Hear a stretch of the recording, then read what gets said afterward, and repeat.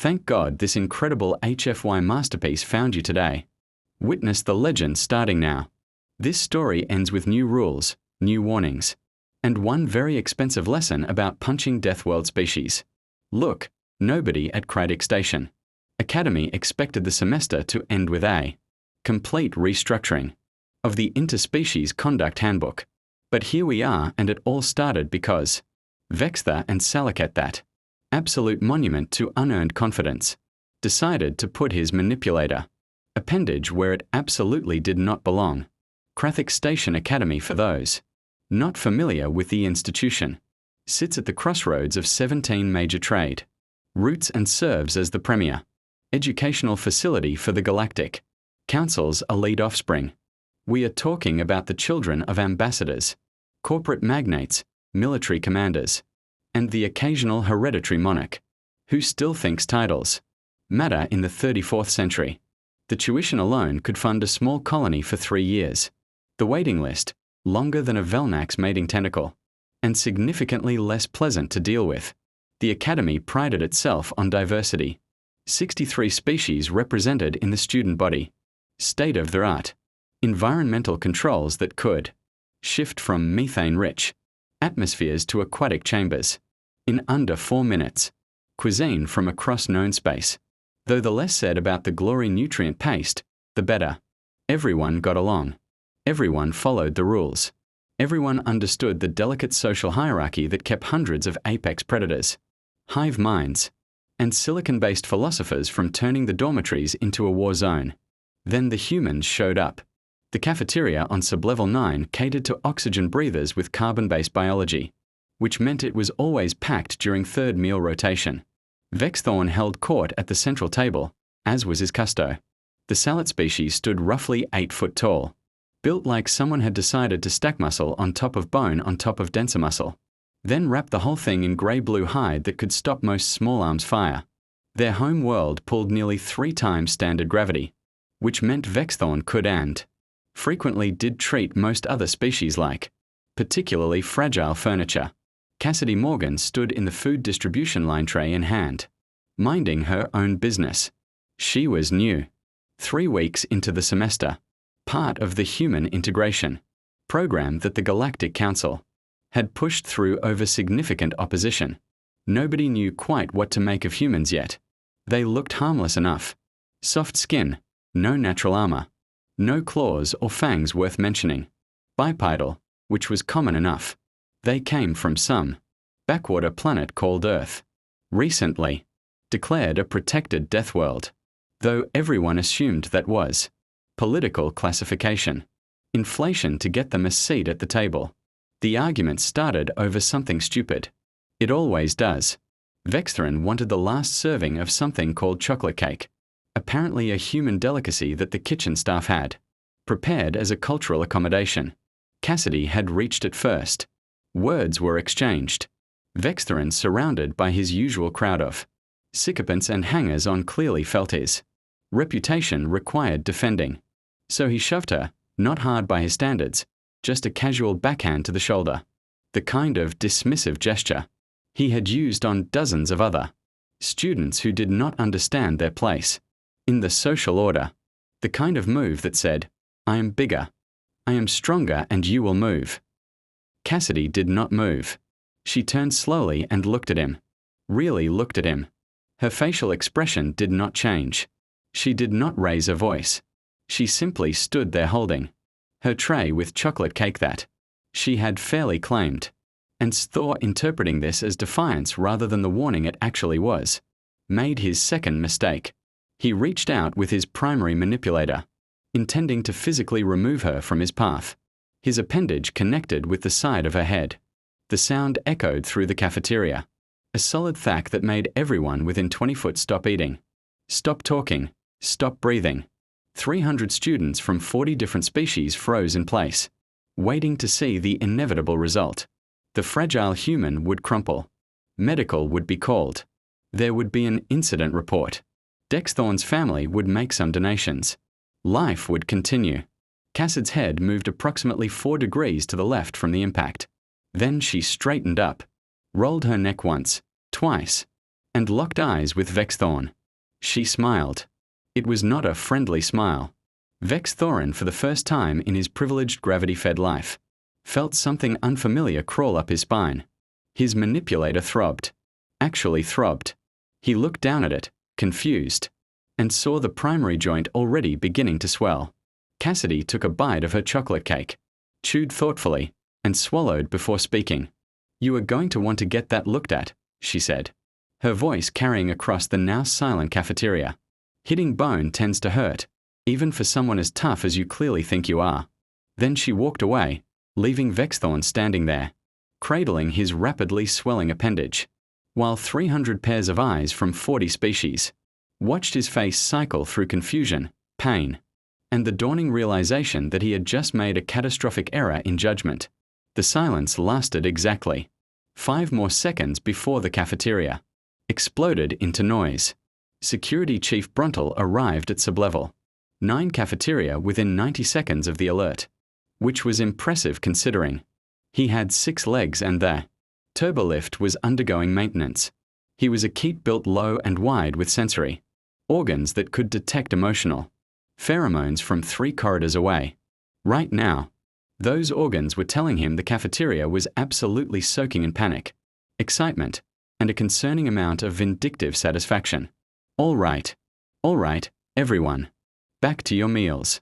Nothing to see here," he announced his translation, color rendering his clicking speech into flat Galactic standard. This was a lie. There was clearly something to see.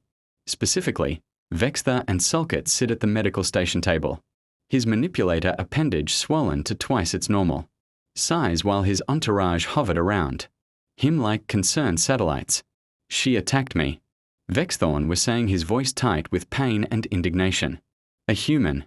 She hit me." Bronell pulled up the security footage on his wrist display. He watched once, twice, a third time, because his brain refused to process what his sensory organs were clearly showing him. He zoomed in on the impact point, enhanced the audio, checked the timestamp, to make sure this was not some student prank with edited video.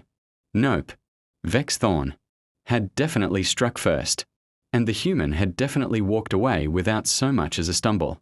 "You are going to want to revise that statement," Bronell said slowly. "What I am seeing here is you initiating physical contact with another student twice." The crowd of students had not dispersed. If anything, it had grown. Piperiza, one of Vexthorne's usual associates, a slim Van Thigh with excellent pattern recognition, was furiously scrolling through her datapad. Her face, or what passed for it, had gone pale. "Oh no," she whispered. "Oh no, no, no." "What?" demanded Krilshan, another of Vexthorne's group. I looked up Earth. The actual classification files, not the summary we got in orientation. Piperiska's voice climbed half an octave. "It is a Class 12 death world. Class 12. The briefing packet said Class 7. Someone made a typo. Or they lied. Or, oh, ancestors preserve us, they rounded down for political reasons." The surrounding students started pulling up their own datapads. The cafeteria filled with the sound of frantic searching and increasingly horrified realizations. Humans had been admitted to Krath Station Academy as part of the Galactic Council's latest diversity initiative pushed through by the diplomatic corps over the objections of, well, pretty much everyone who worked in education.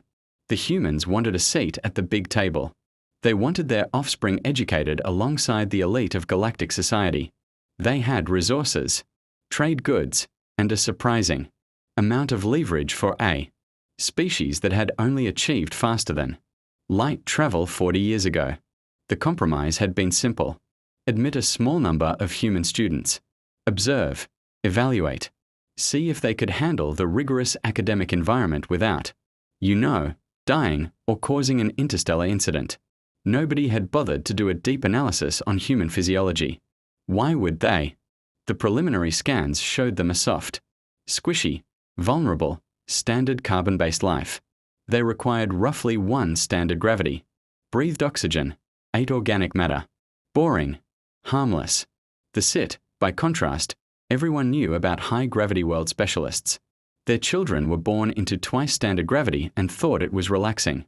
By the time they reached adolescence, they could operate comfortably in environments that would crush most species into component molecules. They were tough, they were strong, and they knew it. Vexthorne came from old money and older arrogance. His family held significant mining interests across 4 systems. They donated generously to the academy. They expected quite reasonably, from their perspective, that their son would be treated with appropriate difference, that he would dominate socially and physically as was his birthright. That birthright was currently throbbing in time with his circulatory system while a medical drone scanned it and made disapproving beeping sounds. Headmaster Quilmrex received the incident notification while in the middle of a virtual conference with the Board of Governors. He was a Threnal, a species known for diplomatic skills and the ability to see 12 moves ahead in any political scenario. Right now, he was seeing exactly 0 good outcomes from what his datapad was telling him. "Excuse me," he said to the board members, his 4 eyes rapidly cycling through colors that indicated stress. "We have a situation." He read the preliminary report, then the security footage transcript. Then he put his primary manipulators over his face and made a sound that the translator struggled to render, settling on profound dismay with undertones of existential dread. "Get me everything we have on human physiology," he said to his assistant. "The real files, not the orientation summary. And someone find that human student before this turns into a full diplomatic incident." His assistant, a competent young Frillian named Tessa, nodded rapidly. "Sir, should we contact the Sulcott family?" Quilrex's eyes cycled to a deep purple. "Oh, they are going to contact us probably in the next 10 minutes. Prepare the shielding for my communication console. This is going to get loud." Back in the cafeteria, Cassidy Morgan had found a quiet corner table and was finishing her chocolate cake. She had her data pad open, working on what appeared to be homework for Xenobiology 301. She looked utterly unconcerned with the chaos she had inadvertently triggered. Brontal approached carefully, his sensory organs picking up absolutely nothing from her. No fear, no aggression, no elevated emotional state whatsoever. "Miss Morgan," he said, "I am going to need you to come with me." She looked up, swallowed her last bite of cake, and nodded. "Sure. Am I in trouble?" "That," Ronald said slowly, "is an excellent question. I genuinely do not know yet."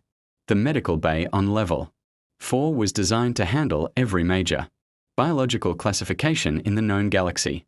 It had isolation chambers, regeneration tanks, biochemical synthesizers, and one very tired Dr. Helen, who had been 3 hours away from end of shift when the alert came through.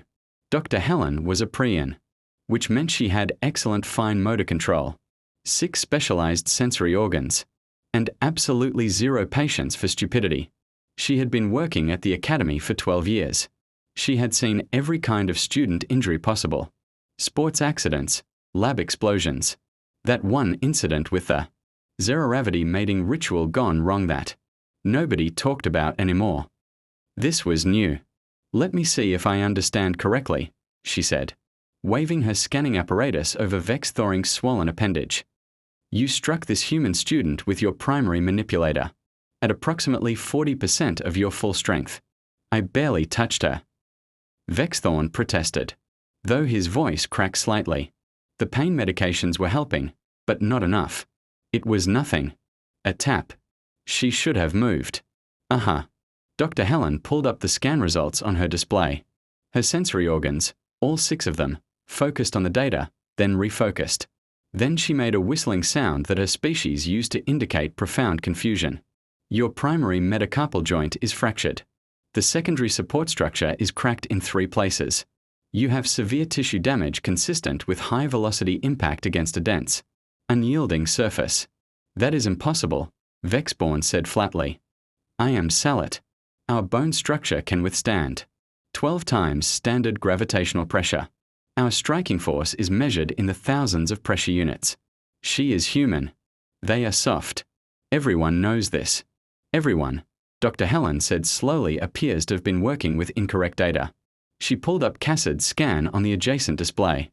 The human sat on the examination platform, legs swinging slightly, looking about as concerned as someone waiting for public transportation.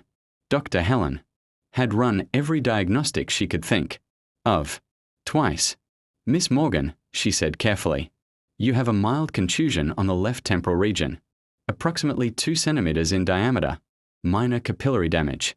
No concussion, no structural damage, no neural trauma." She paused. "How are you feeling?"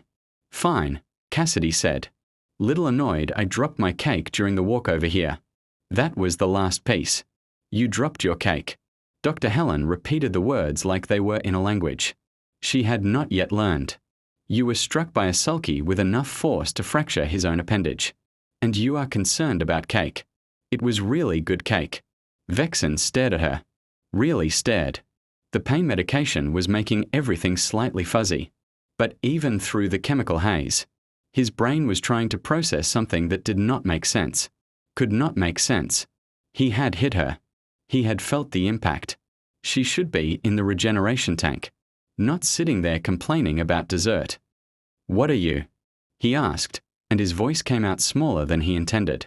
Cassidy tilted her head, considering the question. "Human exchange student, xenobiology major. Currently pretty hungry because someone made me miss dinner." Security Chief Bruntel, who had been standing quietly in the corner reviewing footage and incident reports, cleared his throat. "Dr. Helen, can you explain what happened here? In terms that those of us without medical degrees can understand." Dr. Helen pulled up a comparative analysis on the main display. SIT's skeletal structure, while impressive, is optimized for their home environment. High gravity, yes, but within predictable parameters. Their bones are dense, their muscles powerful, but they evolved in a stable environment with consistent physical laws. She highlighted Vexthorne's scan. When this student struck Miss Morgan, he expected her skull to have approximately the density and give of, say, a Veranthe or Frillian cranial structure, something that would absorb impact to form slightly allow for force distribution. She pulled up Cassid's skull scan. Even to non-medical personnel, the difference was visible. The bone density was ridiculous. The structural integrity looked like something you would find on armored vehicles. Not organic life forms.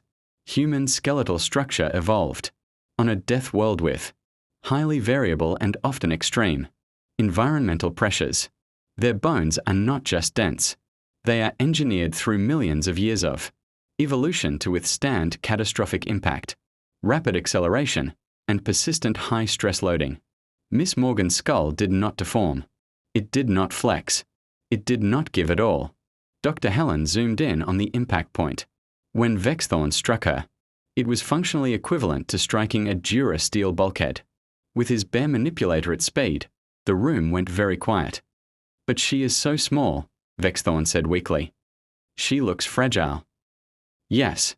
Well, apparently looking fragile and being fragile are two entirely different things. Are a doctor such an unbreakable species evolved to handle high gravity species, evolved to survive high gravity, extreme temperature fluctuations, aggressive megapora, pandemic-level diseases, and according to this file I just pulled up, something called Australian wildlife, which I am not going to think about too hard because it is giving me anxiety, but the orientation material said humans were class 7. Hipriska's voice came from the doorway. She had followed them to medical data pad clutched in her manipulators. Class 7 is manageable. Class 7 is normalish. The orientation materials, Bronatol said grimly, pulling up his own data pad, contained what we now believe was either a clerical error or a deliberate political softening of the facts. Earth is designated as a Class 12 death world.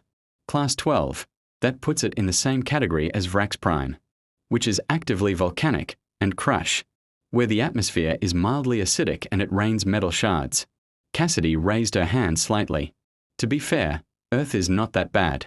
I mean, yes, we have earthquakes, hurricanes, tornadoes, tsunamis, wildfires, floods, droughts, blizzards, venomous everything.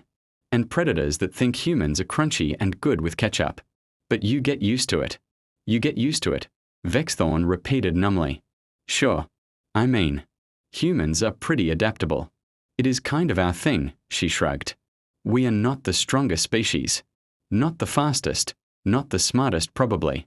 But we are really, really good at not dying when everything is trying to kill us. Which on earth everything is. Constantly it builds character. Dr. Helen made a note on her data pad. I am going to need to completely revise the human medical protocols and possibly requisition stronger pain medication for everyone else. When they realize what humans actually are. Beterin looked at his swollen, fractured appendage. Then at Cassidy, who was checking her own datapad for messages. Then back at his appendage. I need to contact my family, he said quietly. Yes, Bruntel agreed. Yes, you do. Because this is going to get complicated. The student network at Kratzik Station Academy could distribute information faster than a quantum data burst by the time Vexthorne was released. From medical with his appendage in A. Regenerative cast in A. Prescription for heavy-duty pain suppressants. Every single student in the facility knew what had happened. Most of them had seen the footage. All of them had opinions. The Verantha students, typically confident in their own intellectual superiority, were huddled in the library running calculations. Pipra had become an unofficial spokesperson. Her datapad connected to the main display while a crowd gathered. Okay, so Earth's gravity is 9.8 meters per second squared, she said. Manipulators flying across a pad. That is almost exactly one standard galactic unit, which is why nobody thought twice about it. But look at this. She pulled up a comparative chart. Our home world, Verith, 0.7 standard. Frill, 0.6. The Kefi home world runs at 0.85. Even the Salakite, who everyone thinks are these unstoppable juggernauts, evolved on a world with 2.7 standard gravity. So what? Crushen said, though his voice lacked its usual confidence. 1 standard gravity is normal. That is the baseline. That is the baseline we use for station construction.